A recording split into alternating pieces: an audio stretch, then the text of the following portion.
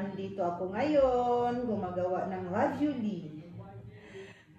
Ravioli ni Luz. Dahil recipe ko to. Puro gulay, kung anong gulay na mayroon ako, para hindi masayang nilalagay ko dyan. Tapos, ito ground beef. Ground beef with vegetable. Tapos, gagawin ko siya ng ravioli.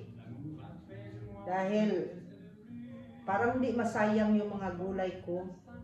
At saka huwag kayo magtanong, ilang gramong ganito, ilang gramong ganito, dahil wala akong gramo-gramo. Kung maalat, alat nito. Kung matabang, ang tabang nito. Ganun lang. Hindi naman ako sasayaw-sayaw lang. Nagtatrabaho din ako Lahat tatrabaho. Alam niyo kasi, dito sa Europe, malungkot din ang buhay namin. Kasi alam mo na, nandiyan na yung na malulungkot ka talaga sa pamilya mo.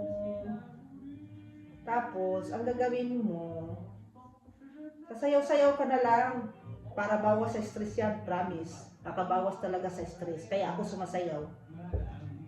Tapos pag sumasayaw ka, habang sumasayaw ka, isipin mo, pupunta ako ng Pilipinas, pupunta ako sa fiesta, sasayaw-sayaw ako. Ayun ang isipin mo. Kaya ayun, wala. Tapos ang stress.